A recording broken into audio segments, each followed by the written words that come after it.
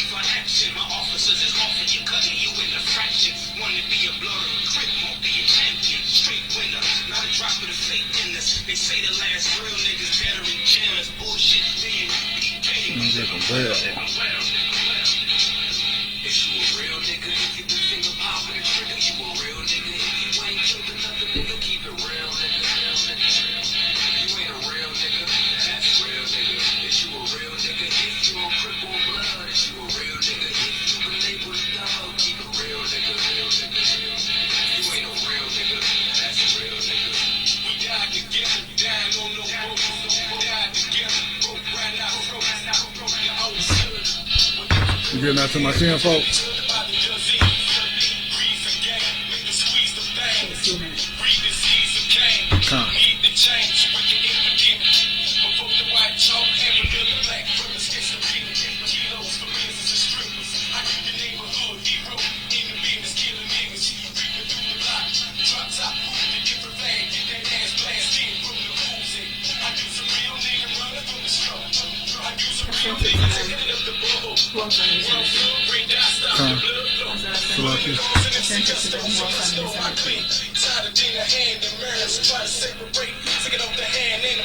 Good, everybody you normally do. Swap. Will Parker.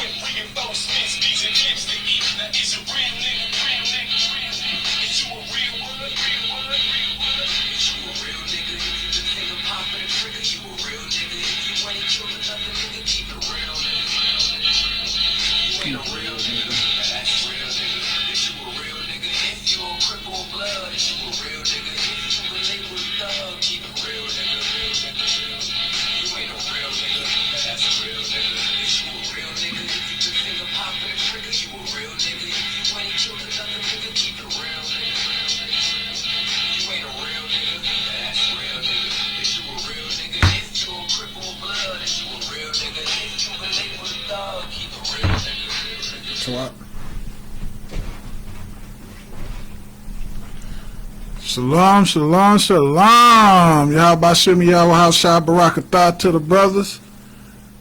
Yahweh Shalom, Yahweh Shema Alatah, Ba'ashem Yahweh Shah to the sisters out there today. How y'all doing? This is Jackson, Isupk, under Commander General Yohana since 1969.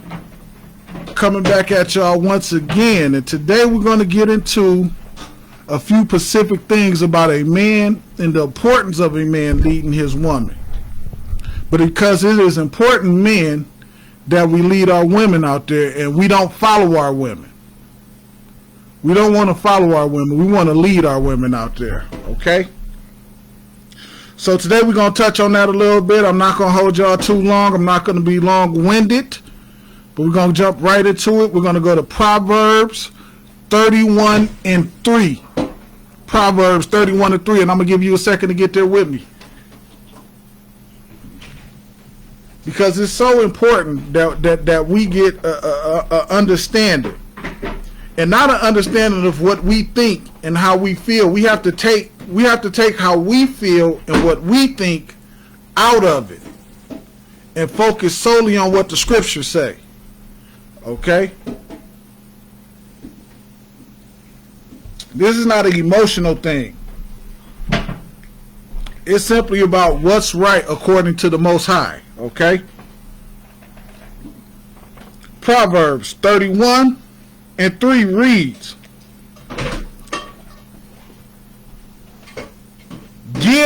Give not thy strength unto a woman. A man should not give his strength. Your woman should not be leading you. Okay? Your woman should not lead you. That is not her role in a marriage. That's not to say that's not to say y'all can't sit down and talk and discuss something, and a woman might have an idea that's better than yours.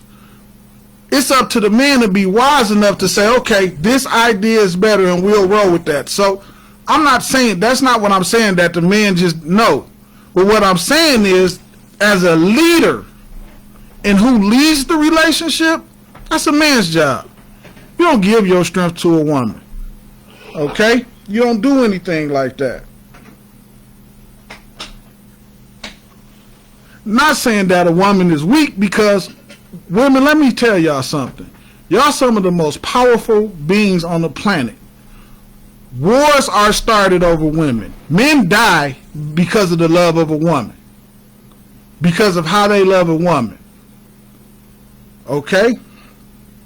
Reading on. Nor the ways to that which destroyeth kings. As I was just saying. It's been, look throughout history. Wars have been started over women. Because that man loved that woman so much, okay? But men, we not to give our strength to a woman. Because what happens when we give our strength to a woman? What happens? Can you guess? Things start going, she's not meant to lead. This is how things crumble and collapse. And how do I know? I'm going to show you exactly how I know. From here, we're going to go to Genesis, the 3rd chapter. Genesis, the 3rd chapter. Because I'm not just blowing smoke. These is not things. I'm not trying to say a woman is weak or anything like that, but what I'm saying is it is an order that the Most High set up that we must follow. That's what I'm saying. It's an order that the Most High set up that we must follow. We're going to go to Genesis and we're going to go to the 3rd chapter. Okay?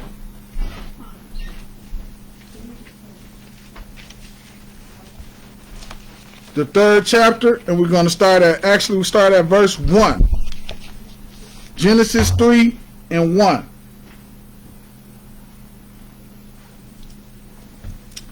Genesis 3 and 1 reads, it says, now the serpent was more subtle than any beast of the field which the Lord God had made. And he said unto the woman, yea, Have God said, ye shall not eat of every living tree of the garden? So this is the serpent coming to the woman, asking her a question. Did God say that you can not to eat of every tree of the garden?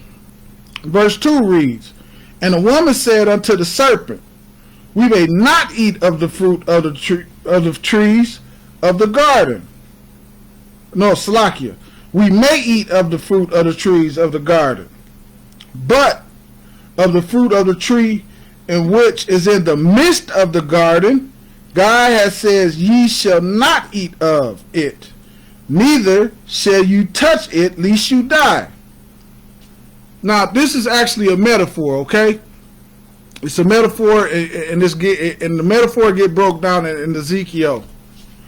But just, I'm not going to touch on that. What I'm going to say right now is this is just an example. First of all, no man should really be alone with your woman. Now, he done got her by herself, and what he's doing is he manipulating and tricking her mind, okay?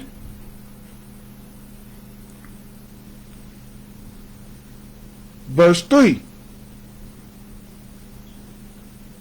Salakia, verse 4. Say, and the serpent said unto the woman, ye shall not surely die. Verse 5.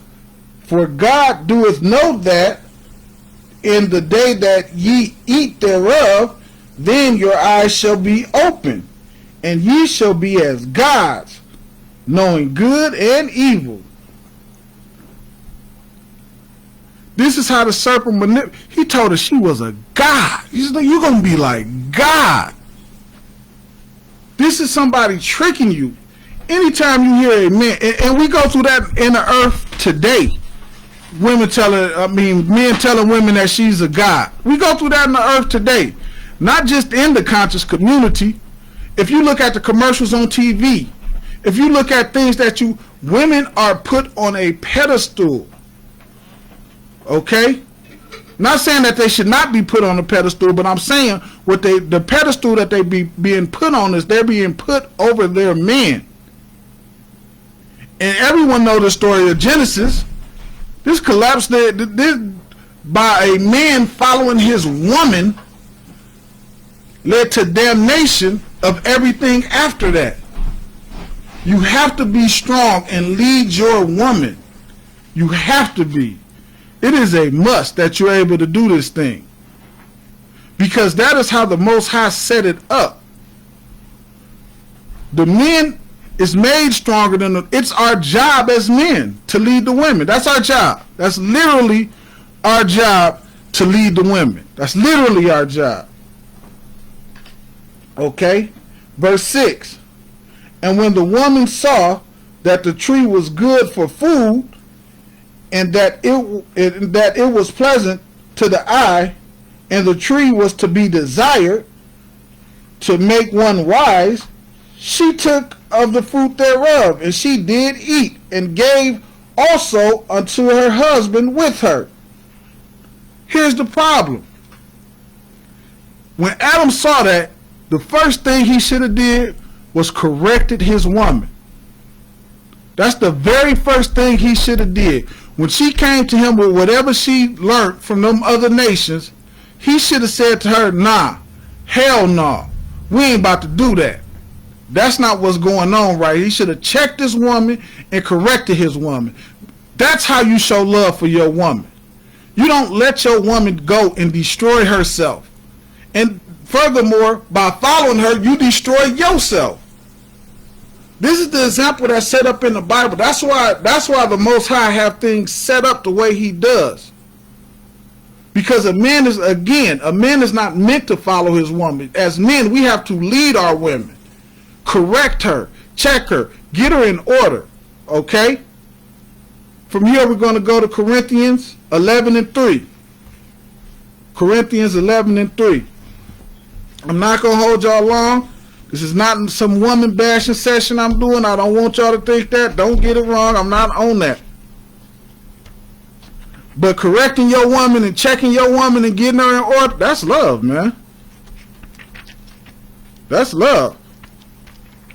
Some of y'all think submitting to y'all woman is love. Y'all got it. Y'all got things messed up. That's not love. Submitting to your woman is not love. We need strong men out here leading our women. We have to be, as men, on the forefront. It's a war out here, whether y'all know it or not. Men, we're on the forefront of that war. Okay? We ain't got time to follow behind our woman. We out here fighting war for our woman. That's what we do. Okay, we going to Corinthians, 1 Corinthians 11 and 3. 1 Corinthians 11 and 3.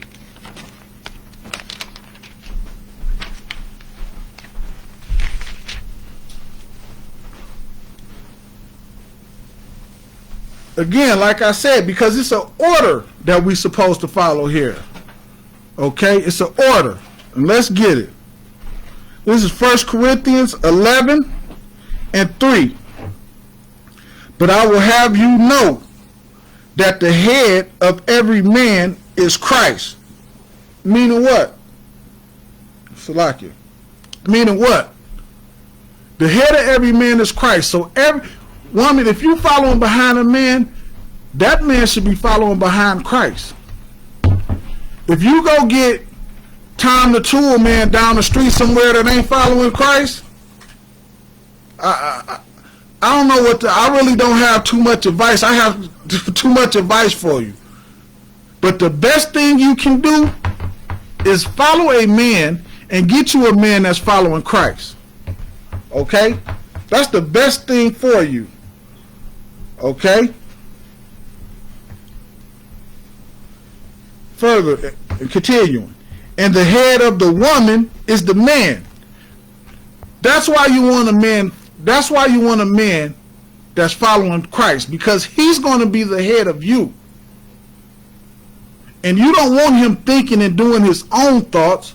You want a man that's following Christ. That's doing the things Christ said to do. That's the type of man you want leading you. You don't want a man following 50 Cent or some damn body. That's not the type of man you should be following. Listening to T.I. and Tiny, or following Rich Husbands of Hollywood or some junk, like some nonsense like that. You don't want that type of man. You want a man whose head is Christ. That's the type of man you want. Okay? And the head of Christ is the Most High. From here we're going to go to Ephesians 5 and 22. Ephesians 5 and 22. Yeah, you don't want to just put any man. You don't want to just lay with any man. That's not something you want to do. So from here we're going to go to Ephesians 5 and 22.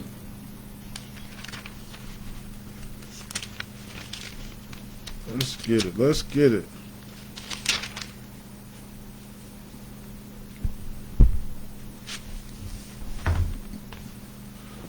So Ephesians 5 and 22 reads, wives, submit yourself unto your own husband. Because you're going to be, this is why you don't want a man that's following the Hollywood husbands or some nonsense like that. Because as a woman, you're submitting yourself to this man. You're giving yourself to this man. You don't want to give yourself to any knucklehead on the streets. I can't stress this enough. Give yourself to a righteous man and let that man lead. This is how we're going to fix this nation. This is the answer to fixing the problems in the nation of Israel. You build righteous men to lead righteous women, and build righteous women, Salakia, and they'll lead those righteous women. This is how we build our nation. We build our nation through righteousness. But you have to get that, you have to submit yourself to that husband that's following Christ. Don't submit yourself to somebody that's following some silly stuff that Kevin Hart is saying. Don't do that. Don't do that. Don't do that to you. Don't cheat yourself in that manner. You're cheating yourself and you're doing yourself a disservice when you do something like that. Don't do those things. Okay? Don't do that. All right? Let's get it. As unto the Lord. If you're a woman, right? You're obedient. You're doing the things that you want to do to be obedient to the Most High. So you have to submit yourself to your husband as unto the Most High. Because your husband is the head over you. So you have to submit yourself to your husband first. Okay, verse 23. For the husband is the head of the wife, even as Christ is the head of the church. So the husband is the head of the wife as Christ is the head of the church. So that husband's job is to protect you, to instruct you, to guide you, to die for you if need be. Some of you women out there don't even deserve a goddamn man like that. Y'all don't deserve no man that would lay his life down for you. Out your mind, you don't deserve it. But we can build you up in the Isupk. We can do that and make you worthy of that type of man, should you choose to be. Okay, we can do that. Verse 23.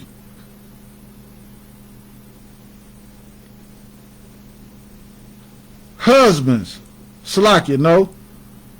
Verse 24, finishing up verse 24, Salakia. So let the wives be to their own husbands in everything. Meaning everything you do, every thought you make, you have to consider your husband in that. I'm going to put it something simple, as if you're going to the grocery store. You go to the grocery store, you're not going to buy anything that your husband wouldn't eat. Everything, you may think is something as small as that. But in every aspect, you have to consider your husband. And your husband have to consider you. You are a unit. Y'all moving as one. Y'all move as one. He don't move by himself. You don't move by yourself. Y'all move as one unit, one body. One body. That is how y'all move. Okay?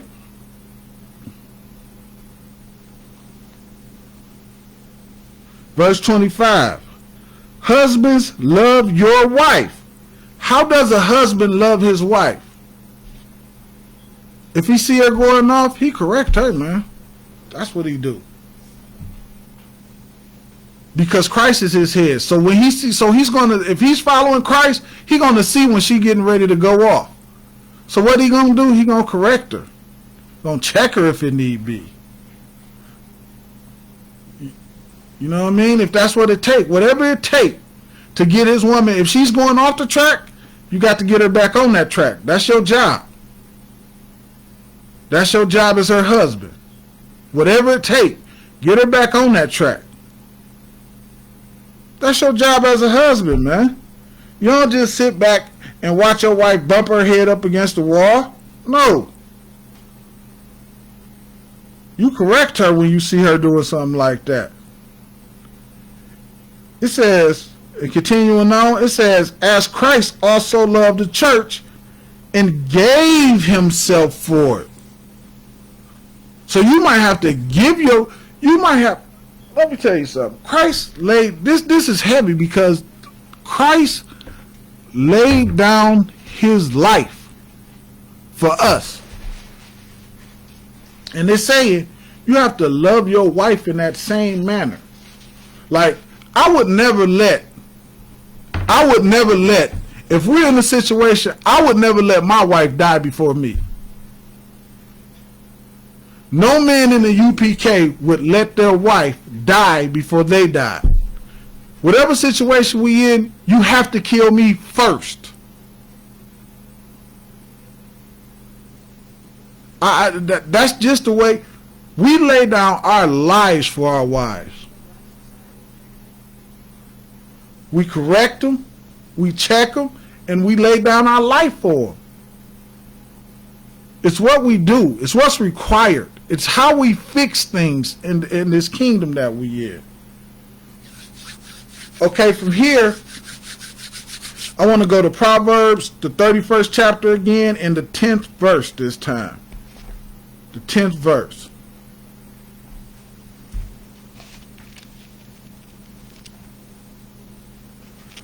Proverbs 31 and 10. Let's get it.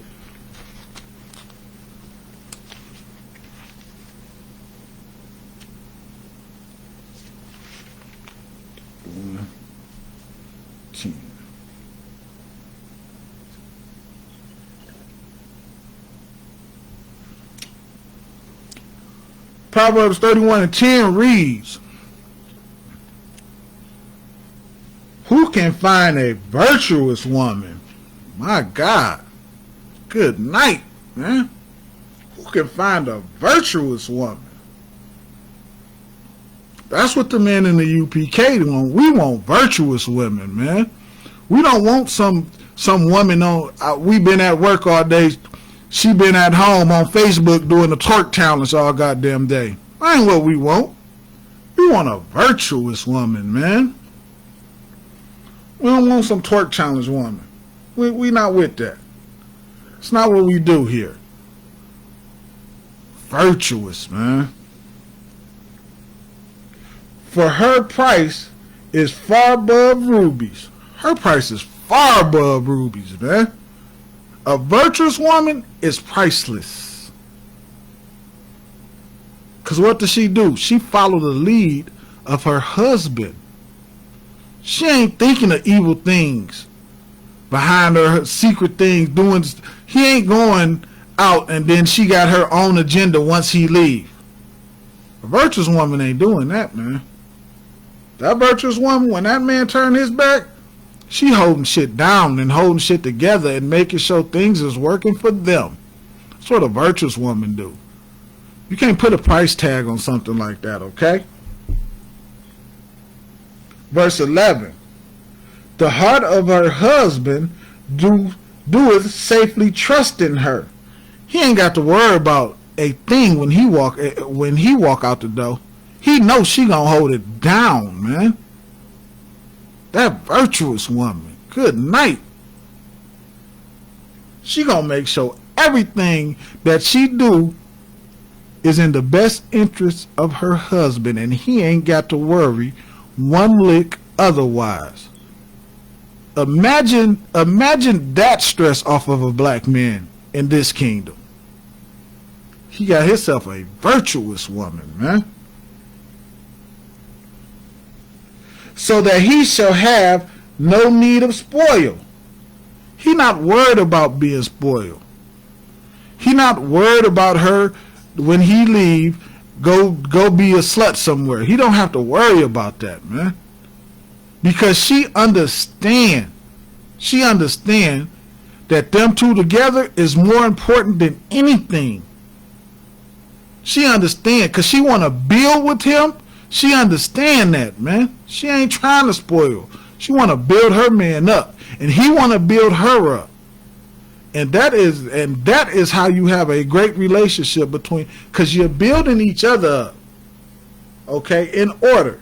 That man following Christ, that woman following her husband, ain't got nowhere to go but up. Because you're doing things righteously. Okay? Verse 12. She will do him good and not evil all the days of her life. Good night, Irene. She gonna do him good and not evil all the days of her life. You understand that? That's all the days of her life. She will do that man good and not evil. Not a week she gonna do good. Not a month she gonna do. It said all the days of her life. When you follow a righteous man and you do him good all the days of her life, sis,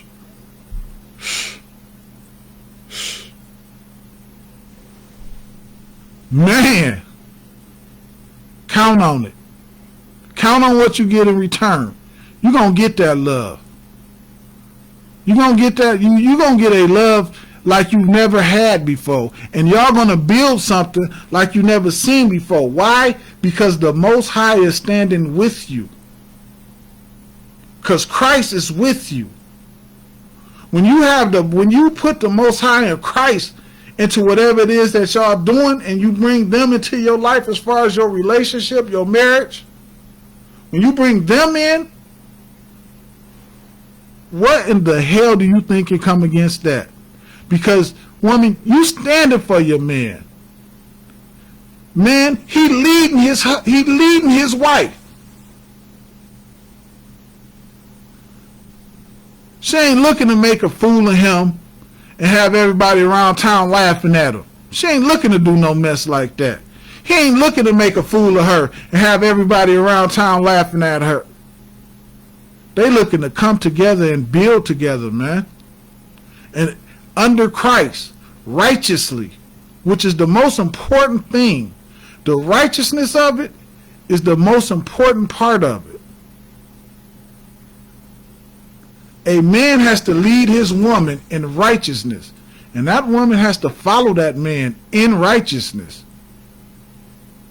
And that is how we're going to rebuild this nation, which is the most important thing, man. Building this nation is the most important thing. It's nothing more important than building this nation back up. And with that, Israel, I'm going to close the class.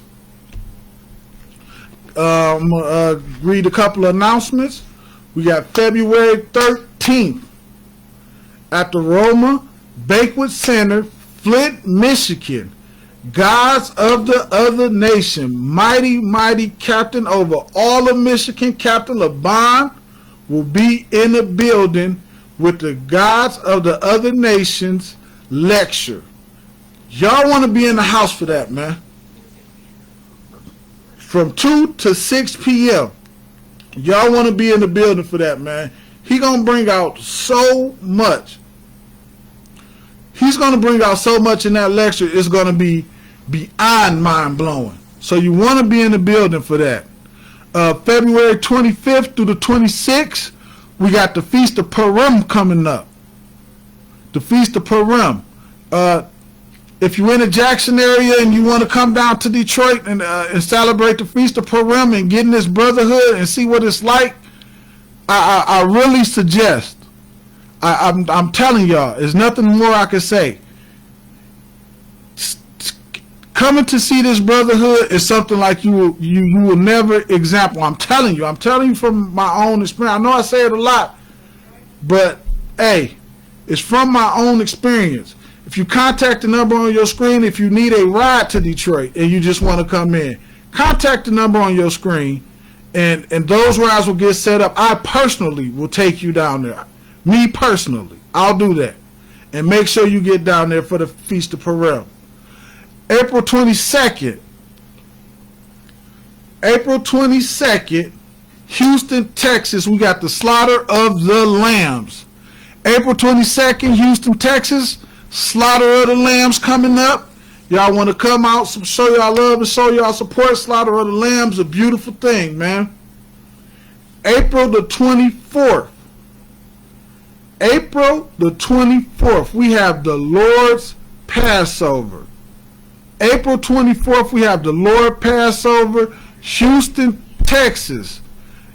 It's a $200 fees for everybody 18 and over, man. Y'all want to make sure y'all get that in as soon as y'all can. And come join us in Houston, Texas, man, and experience the Lord's Passover, man. I know y'all hear a lot of stuff coming up, and that's just dinner, man. Come experience the real Passover, the real thing, the real thing. The real deal, the Lord's Passover. April 24th We gonna be in Houston, Texas, man. It's going down. It's going down, okay? With that, I say Shalom Yahweh Hashem Yahweh Barakathum to the Akia. Shalom Yahweh Shema Alathai by Hashem Yahweh Shah to the sisters. Y'all stay strong, Israel. The water.